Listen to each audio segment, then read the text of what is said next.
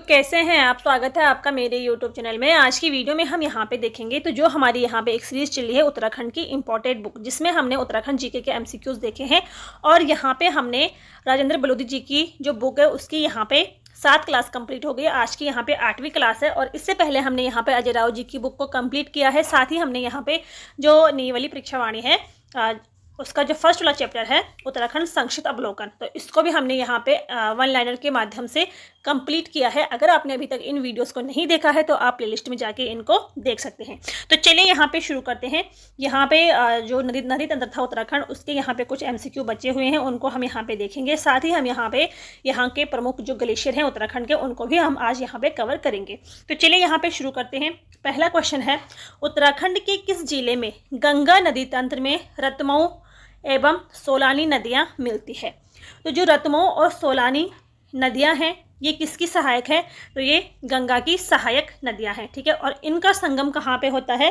तो इनका संगम होता है गंगा नदी से हरिद्वार जनपद में, ठीक है। तो मैंने यहाँ पे एक मैप बनाया है, उस मैप को हम यहाँ पे देख लेते हैं जो गंगा तंत्र है।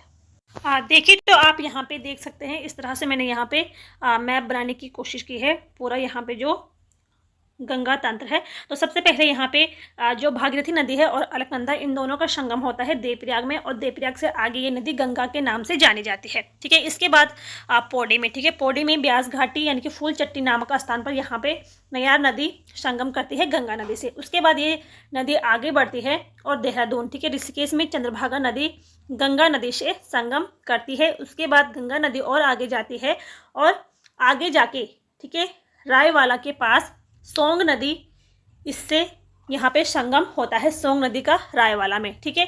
और सोंग नदी की यहाँ पे 3 प्रमुख सहायक नदियाँ हैं, वाल्दी नदी, विधालना रोड नदी और सिसवा, ठीक है। ये इसकी सोंग नदी की प्रमुख सहायक है। और सोंग किसकी सहायक है? तो सोंग यहाँ पे गंगा की सहायक है। गंगा नदी फिर आगे बढ़ती है और हरिद्वार में जाके ये सोलानी और रतमऊ नदी इससे यहाँ पे संगम करती है, ठीक है। और हरिद्वार से ये राज्य से बाहर चली जाती है। इसी प्रकार यहाँ पे जो सिसवा नदी है, ठीक है, यहाँ पे सिसवा नदी है, तो इसकी यहाँ पे 2 प्रमुख सहायक नदियाँ हैं, रिस्पना और विंदार, ठीक है।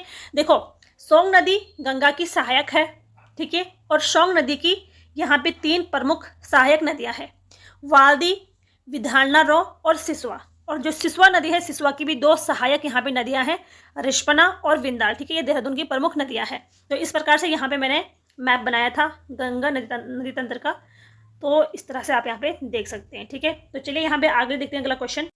देहरादून की मध्य से प्रभावित होने वाली रिस्पना तथा विंदाल ये किसकी सहायक नदी है? तो अभी हमने ऊपर देखा है ये सिसवा की सहायक नदियां हैं, विंदाल और रिस्पना, ठीक है। नेक्स्ट हमारा क्वेश्चन है, रायवाला देहरादून के पास गंगा से कौन सी नदी मिलती है? तो अभी हमने यहाँ पे ऊपर मैप के जरिए हमने देखा था कि जो गंगा नदी है, ठीक है, रायवाला देहरादून में कौन सी नदी इसमें संगम करती, तो वो है यहाँ पे सोंग नदी, ठीक है। सोंग नदी गंगा की सहायक नदी है और रायवाला में संगम करती है। इसके अलावा जो सोंग नदी है इसकी यहाँ पे प्रमुख सहायक नदियाँ हैं, तो 3 हैं, सिसवा, वाल्दी और विधालना रो, ठीक है। ये 3 नदियाँ सोंग नदी की सहायक नदियाँ हैं। और इनमें जो सिसवा है, ये सिसवा जो है इसकी भी यहाँ पे 2 प्रमुख सहायक नदियाँ हैं, विंदाल और रिस्पना। इस प्रकार से आप इसको यहाँ पे देख सकते हैं। नेक्स्ट हमारा क्वेश्चन है, देहरादून जिले में स्थित ऋषिकेश नगर किस नदी संगम पर स्थित है? तो जो ऋषिकेश है यहाँ पे किन नदियों का संगम होता है? तो गंगा और चंद्रभागा नदी के संगम पर बसा हुआ है ऋषिकेश नगर। नेक्स्ट हमारा क्वेश्चन है, गंगा को राष्ट्रीय नदी कब घोषित किया गया था? तो गंगा को राष्ट्रीय नदी घोषित किया गया 2008 में, ठीक है।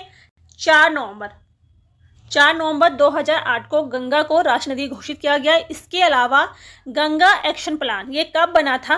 तो 1985 में, ठीक है। गंगा एक्शन प्लान ये 1985 में बना, वाराणसी में। और किसने बनाया था? तो राजीव गांधी द्वारा ये बनाया गया था। इसके अलावा अगला जो गंगा से संबंधित क्वेश्चन है, इंपॉर्टेंट है, कभी कभी क्वेश्चन बन जाते हैं। तो स्पर्श गंगा अभियान ये कब शुरू हुआ था? तो स्पर्श गंगा अभियान शुरू होता है 17 दिसंबर, ठीक है, 17 दिसंबर 2009 से ये शुरू हुआ था। इसी प्रकार से गंगा स्वच्छता दिवस कब मनाया जाता है? तो ये भी 17 दिसंबर से मनाया जाता है, ठीक है। 17 दिसंबर को मनाया जाता है गंगा स्वच्छता दिवस, ठीक है। और साथ ही यहाँ पे नमामि गंगे अभियान ये कब शुरू हुआ था?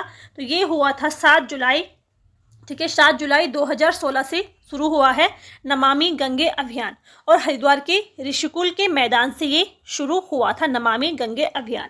नेक्स्ट हमारा यहाँ पे क्वेश्चन है, खतलिंग ग्लेशियर कहाँ स्थित है? तो जो खतलिंग ग्लेशियर है ये टिहरी जनपद में स्थित है। जो यहाँ पे खतलिंग ग्लेशियर है मुख्य रूप से टिहरी, रुद्रप्रयाग और उत्तरकाशी, ठीक है, इन जनपदों के संगम पर ये स्थित है। लेकिन इसका जो अधिकतर इसका जो फैलाव है अधिकतम जो इसका, तो वो टिहरी में माना जाता है, इसीलिए इसका यहाँ पे टिहरी इसका राइट आंसर हो जाएगा। ठीक है, और यहाँ से खतलिंग ग्लेशियर से कौन सी नदी निकलती है, किस नदी का यहाँ से उद्गम होता है? तो भिलंगना का उद्गम स्थल है खतलिंग ग्लेशियर, और विश्व का सबसे बड़ा प्राकृतिक शिवलिंग माना जाता है खतलिंग ग्लेशियर को। ठीक है, विश्व का सबसे बड़ा प्राकृतिक शिवलिंग।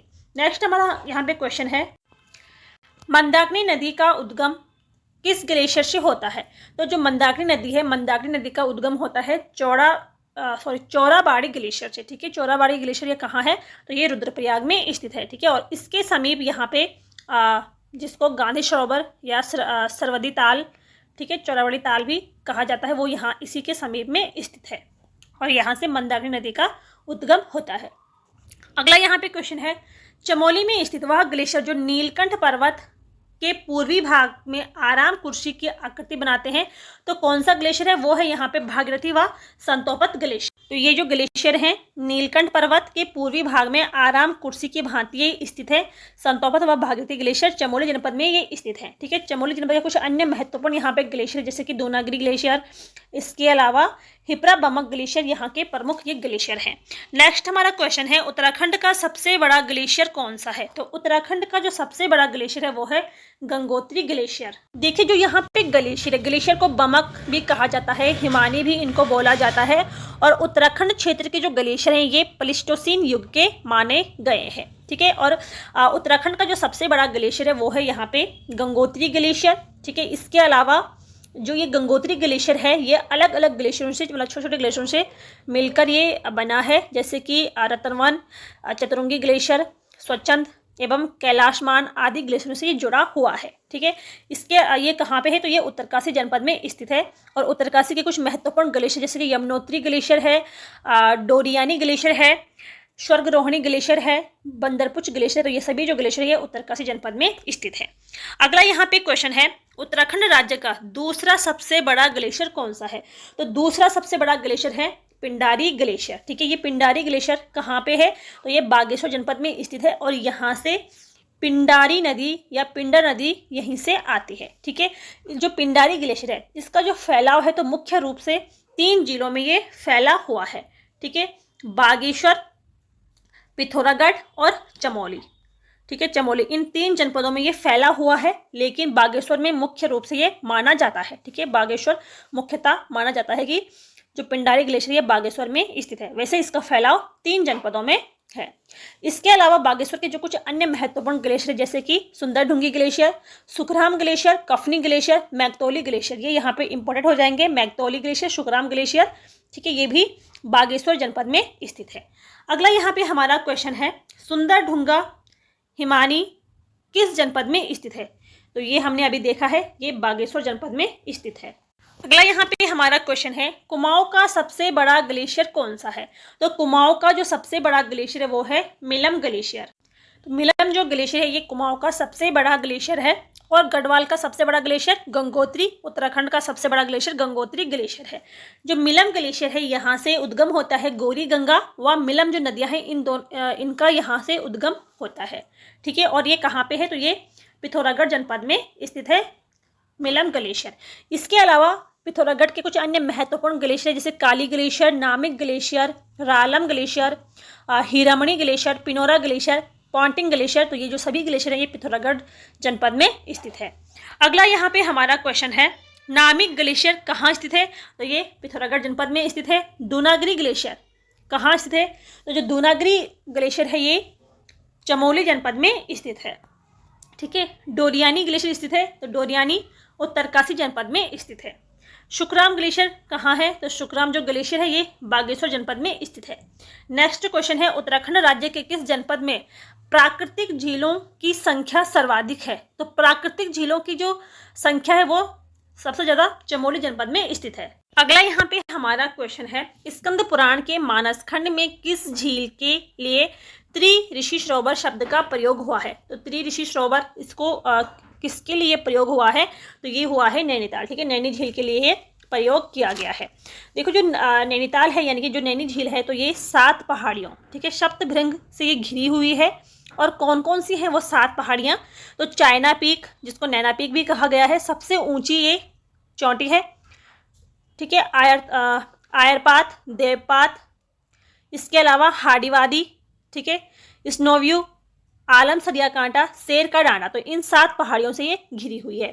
नैनीताल जो इसकी खोज किसने की थी? तो इसकी खोज की थी सीपी बैरन ने। कब किया था? तो 1841 में इसकी खोज हुई थी। और यहाँ पे पीटर बैरन ने अपने लिए एक कॉटेज बनाया था, रहने के लिए एक घर बनाया था, जिसे पिलग्रिम कॉटेज के नाम से जाना जाता है। नेक्स्ट हमारा यहाँ पे क्वेश्चन है, नाग देवताल कहाँ स्थित है? तो जो नाग देवताल है ये अल्मोड़ा के रानीखेत में स्थित है। तो इस प्रकार से हमने यहाँ पे देखा जो यहाँ की झीलें थी। आगे भी हम नेक्स्ट वीडियो में जो प्रमुख झीलें उत्तराखंड की उनको हम यहाँ पे देखेंगे। तो ये थे आज के यहाँ पे 20 क्वेश्चन। उम्मीद है आपको यहाँ पे वीडियो पसंद आई होगी। पसंद आई हो तो लाइक करें, चैनल पे नए हैं तो चैनल को सब्सक्राइब करिए और अपने दोस्तों के साथ शेयर भी करिए। मिलते हैं नेक्स्ट वीडियो में, तब तक के लिए थैंक यू।